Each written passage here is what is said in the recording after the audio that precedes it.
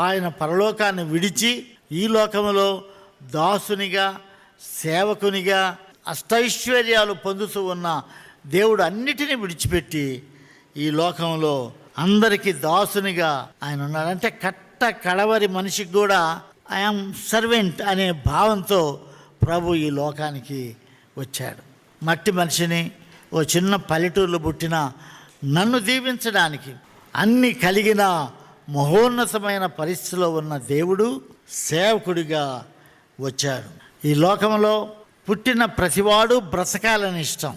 యేసుక్రీస్తు ప్రభు ఈ లోకంలో పుట్టింది చనిపోవాలని, బ్రతకాలని కాదు. I came to this world to die.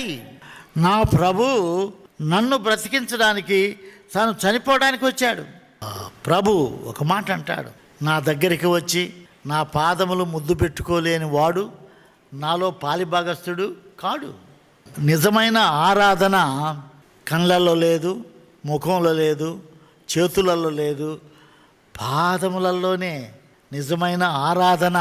నువ్వు దేవుని ఆరాధించాలంటే వాస్తవంగా నీవు దేవునికి సమర్పించుకొని ఆయనను ఆరాధించాలంటే ఆయన పాదముల మీద పడాల, పాదములను నువ్వు ముద్దాడాల. ఆ పాదముల చెంత దేవుని యొక్క ఆశీర్వచనం. కానీ నిజమైన ఆరాధన ఆయన పాదాలను ముద్దాడడం. నీవు నేను మనందరం కూడా సిద్ధపడవలసిన విషయం ప్రభు పాదాలను ముద్దు పెట్టుకోవడానికి